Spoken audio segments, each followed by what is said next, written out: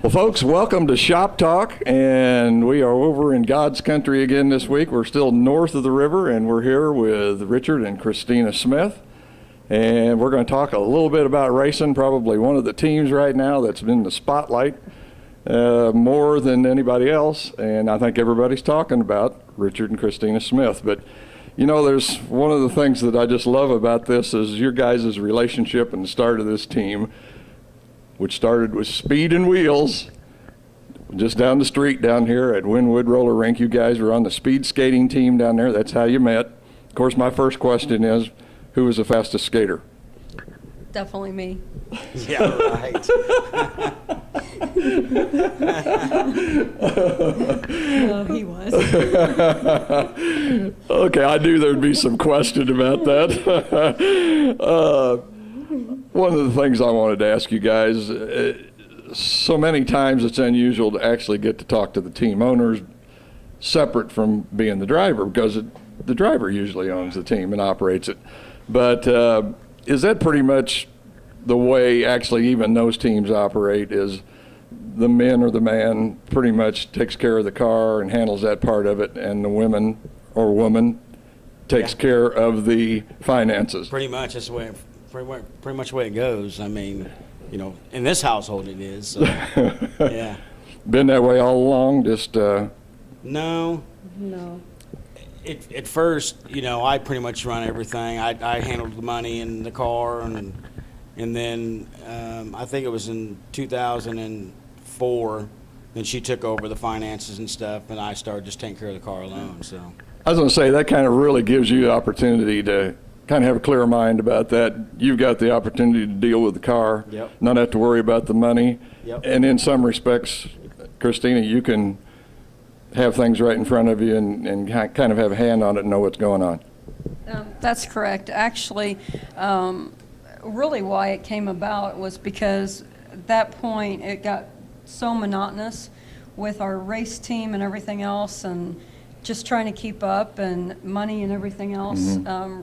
You know, it's always been kind of my role the last few years of the financial. Other than Richard, I have to say, did a better job at the finances.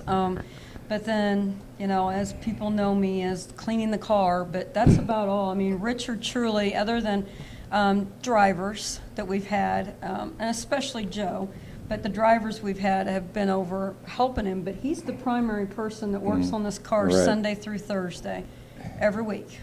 Yeah. So. Never-ending job during the summer. nope, never. And sometimes in the winter it kind of gets that way too. Yeah, pretty much. Yeah. Now, Richard, from what I understand, back in '86, '87, you took a shot at driving. Well, yeah. Okay. How'd that go? Well, it didn't go very well. Yeah, I'm not a race car driver, and I can admit that. You know, I mean, the last time I drove, I raced at Shawnee, and actually I was going to win the race without a doubt, and I didn't have enough gear, so I had to shift. And I forgot to shift, and I blew the motor up. Oh, my. So yeah. that was pretty much the end of it for me. That's when you decided car ownership was the way to go. That's and pretty much it. And I presume, on that same note, that you enjoy the working with the chassis and taking care of the. Yeah.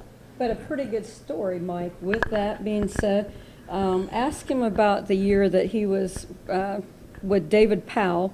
He was helping him, and who he flipped that night. He drove David Powell's car. Yep. And who did you flip? Kerry Davis. So how's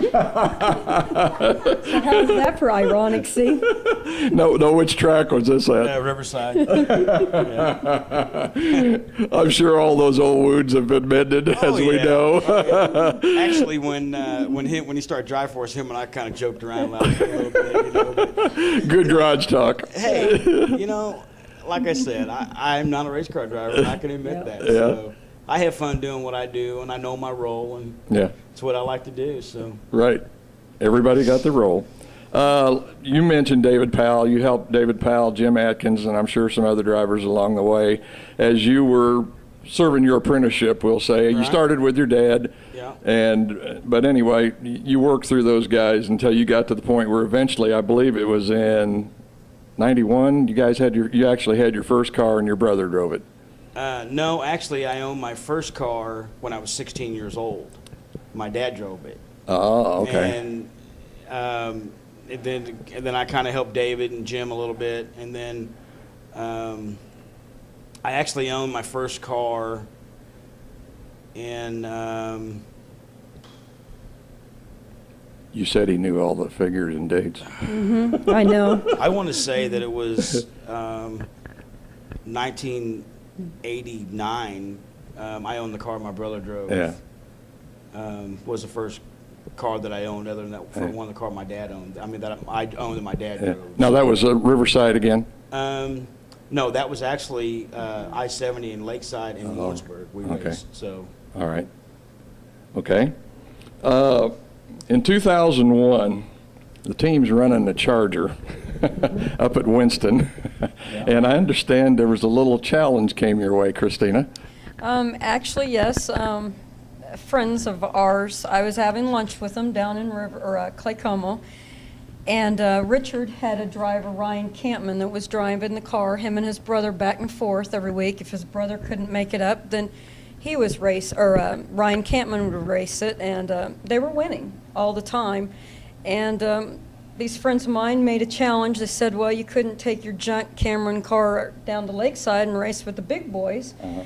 And for whatever, I don't know if it was that womanly thing that just kind of really hit my nerve, but I called Richard no more than I left the restaurant, and I said, I don't know what it cost, but we're changing the car to Grand National, I think, and I didn't even know the class at Lakeside. And Richard said, what? And I said, we're racing out at Lakeside. I don't care what it takes. And that was 4 weeks before the end of the year. We took Ryan Campman out to Lakeside. His first week, what did he get, 8th? Yeah. He got 8th. He'd never been out at the track before. He just did a phenomenal job, scared to death. Second week comes, he gets 2nd.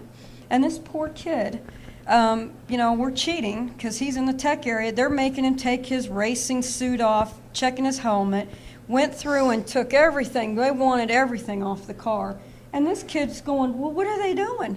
And after that, it was truly in the end of 2001, Richard, then the snowblow, the last race at Thunder Hill, he asked Kerry Davis to drive the car, and he won. Uh-huh.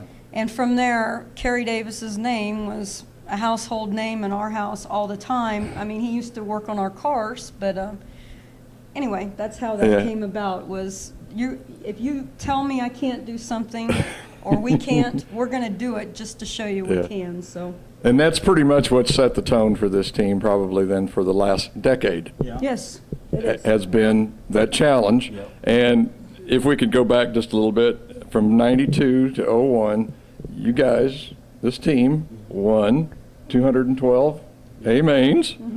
But then in 3 seasons with Kerry at the wheel, you guys win 68 races and a national championship. Yep. And how does that work out? His car number's 68. You know, when I was looking at these figures, I got to looking at that and I thought, well, now that's strange. That's Kerry's number. But, man, that had to have been some fun time. I mean, there's nothing like winning. Nope.